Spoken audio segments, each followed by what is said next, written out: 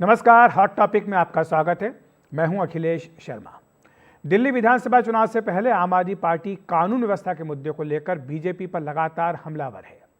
इसी कड़ी में आज निर्भया कांड की बरसी पर आम आदमी पार्टी ने महिला अदालत का आयोजन किया। इसमें दिल्ली की मुख्यमंत्री आतिशी और आपके राष्ट्रीय संयोजक अरविंद केजरीवाल के साथ साथ समाजवादी पार्टी के मुखिया और यूपी के पूर्व मुख्यमंत्री अखिलेश यादव भी शामिल हुए। इन सब ने बीजेपी पर तीखा हमला बोला। ये बीजेपी वाले गाली दे रहे हैं मेरे को। बीजेपी वाले कह रहे हैं केजरीवाल इतने पैसे उड़ा रहा है, महिलाओं पे बिगड़ जाएंगी ये। मैं पूछना चाहता हूं, देने चाहिए 2100 रुपए की नहीं देने चाहिए?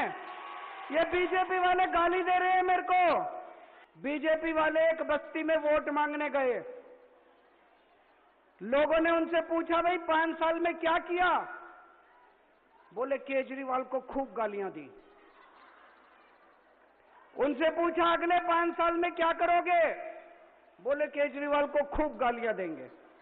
इस बार बीजेपी के पास कोई प्लान नहीं है, उनके पास कोई टीम नहीं है। और मैं तो उनसे पूछना चाहता हूं, चुनाव लड़ रहे हो, तुम्हारा दूल्हा कौन है? आज मैं पूछना चाहती हूं कि महिलाओं की सुरक्षा के लिए जो लोग जिम्मेदार हैं वो क्या कर रहे हैं।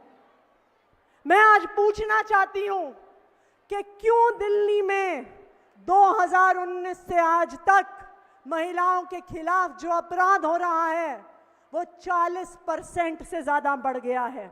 और मैं ये पूछना चाहती हूं कि दिल्ली की महिलाओं के लिए, दिल्ली की महिलाओं की सुरक्षा के लिए जो जिम्मेदार हैं वो क्यों अपने कान बंद करके बैठे हैं।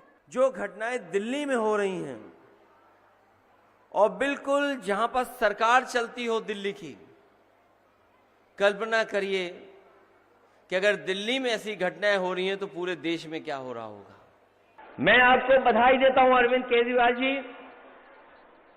इतना कुछ होने के बाद भी आपका हौसला कम नहीं हुआ है। आपका हौसला, संघर्ष मुझे दिखाई दे रहा है। और आज जो आपने सुरक्षा का सवाल उठाया है, मुझे पूरा भरोसा है यहां की माताएं बहनें मिलकर के अपने दिल्ली के लाल को दोबारा सम्मान दिलाने का काम करेंगी। वहीं बीजेपी ने इस कार्यक्रम में अखिलेश यादव के शामिल होने को लेकर पलटवार किया। बीजेपी ने कहा कि केजरीवाल बिजली पानी जैसे असल मुद्दों से भाग रहे हैं।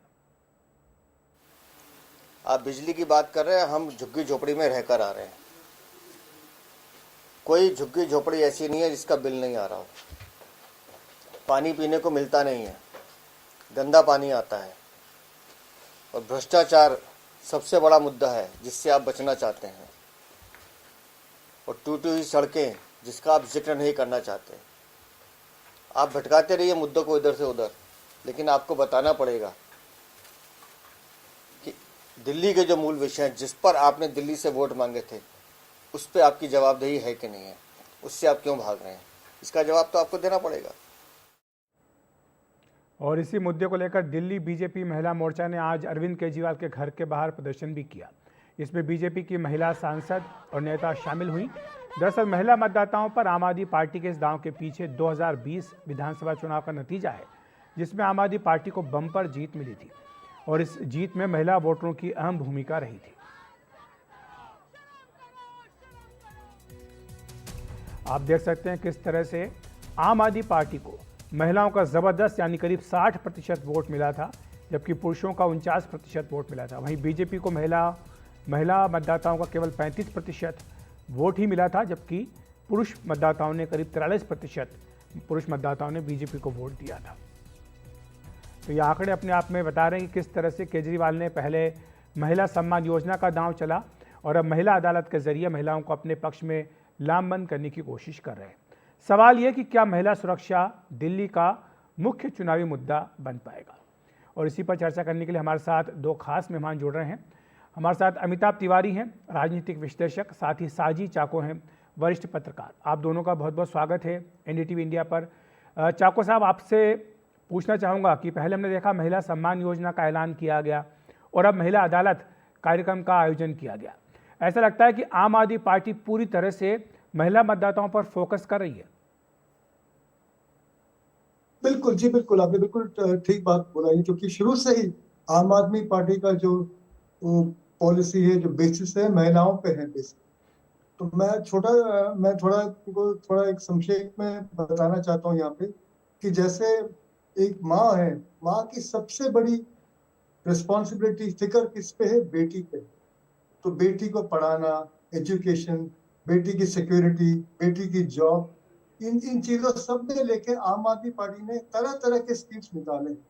जैसे जो स्कूल्स है, गवर्नमेंट स्कूल्स है, जो दिल्ली स्कूल्स है, इतना एजुकेशन इतना बढ़िया हो गया, वो ऑलमोस्ट पब्लिक स्कूल्स की तरह ही। हम सबको पता है कितना काम गया है, मतलब कितना उस पर हार्डवर्क हो। एक टाइम पे स्कूल का मतलब ये नहीं कि सिर्फ एक इमारत हो और वहां पे बिल्डिंग हो।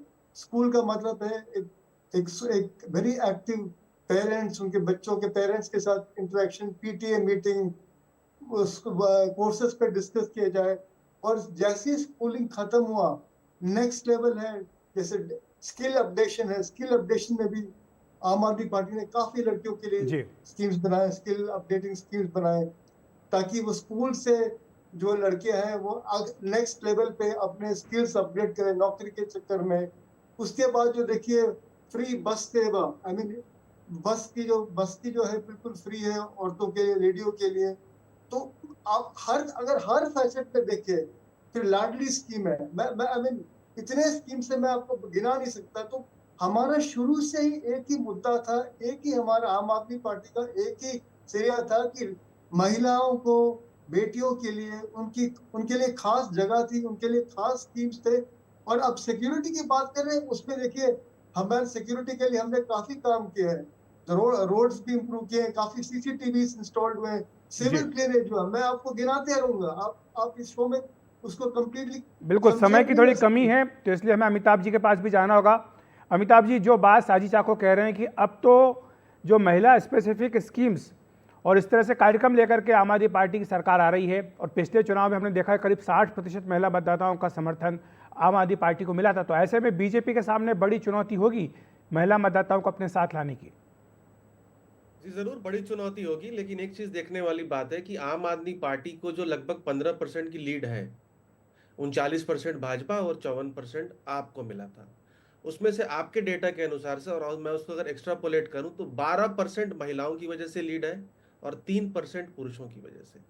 अब देखिए यहाँ पे एक पेंच है, लेकिन अगर आप महाराष्ट्र और झारखंड देखें तो वहां पर इनकम्बेंट सरकारों ने cash income transfer scheme announce भी किया और इंप्लीमेंट भी किया।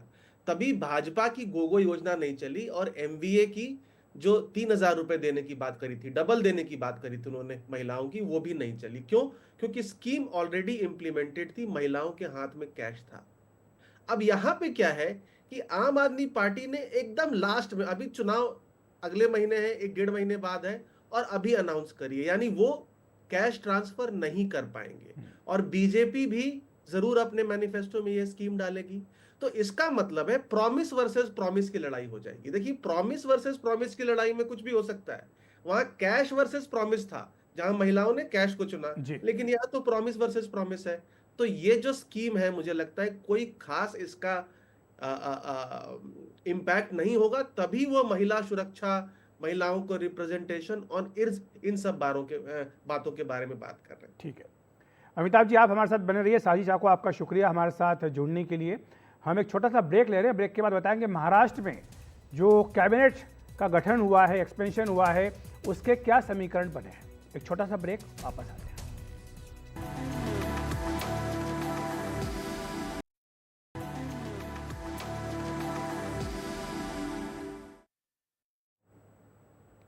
महाराष्ट्र में आखिरकार देवेंद्र फडणवीस मंत्रिमंडल का विस्तार हो गया। 39 नए मंत्रियों को शामिल किया गया है। इनमें 33 कैबिनेट रैंक के हैं। सबसे ज़्यादा बीजेपी के 19 मंत्री बनाए गए। इसके बाद शिवसेना के 11, एनसीपी के 9 मंत्री हैं।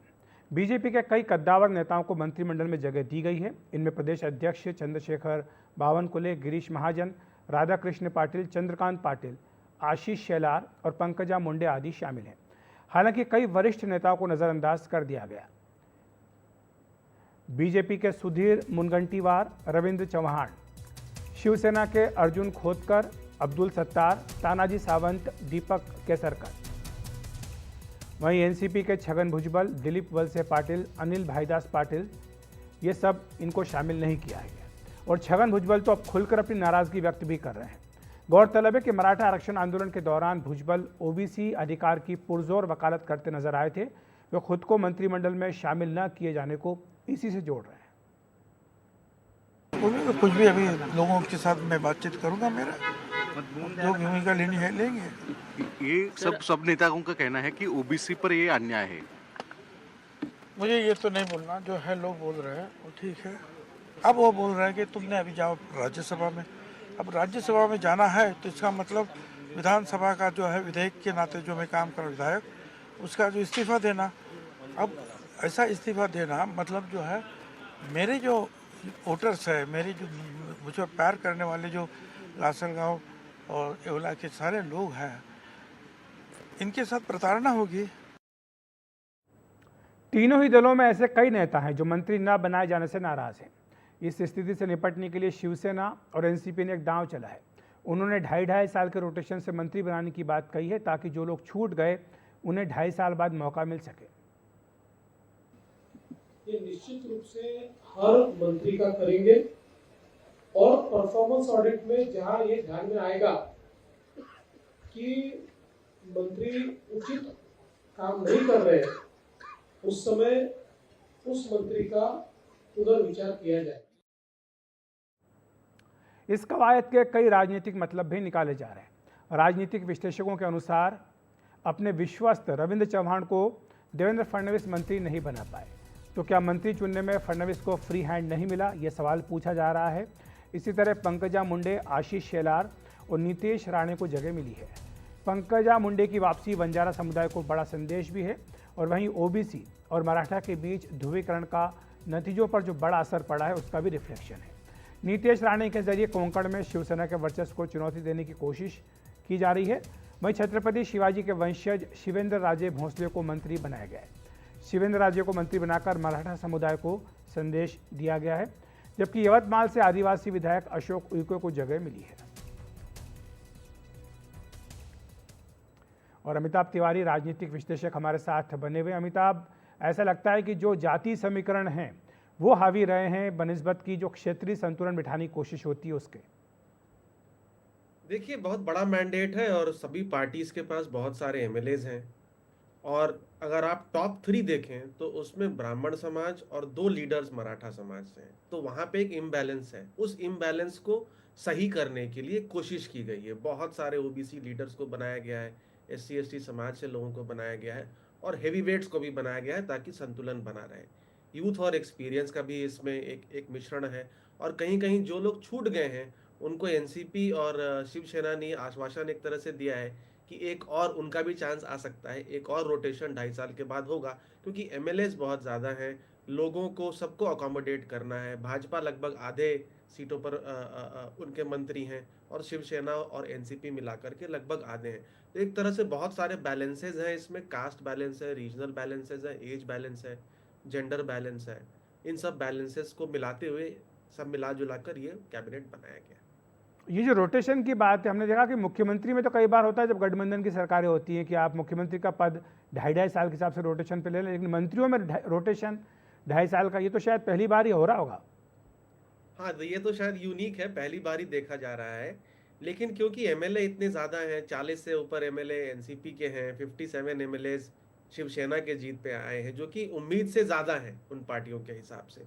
तो ये सब लोग अब बोर्ड चेयरमैनशिप्स वगैरह में भी अकोमोडेट नहीं हो सकते, क्योंकि 235 तो आपके एमएलएज हैं अलाइज के साथ मिला करके। तो इसीलिए ये फॉर्मूला बनाया गया है, ताकि क्योंकि एनसीपी शरद पवार और शिवसेना यूबीटी इन दोनों पार्टी से भी खतरा बना रहेगा, क्योंकि वो हो सकता है जो एमएलएज नाराज हो उनको अपनी तरफ लेने की कोशिश करें। तो इसलिए ये मैसेज दिया गया है ताकि सब लोग यहाँ पर इकट्ठा रहें।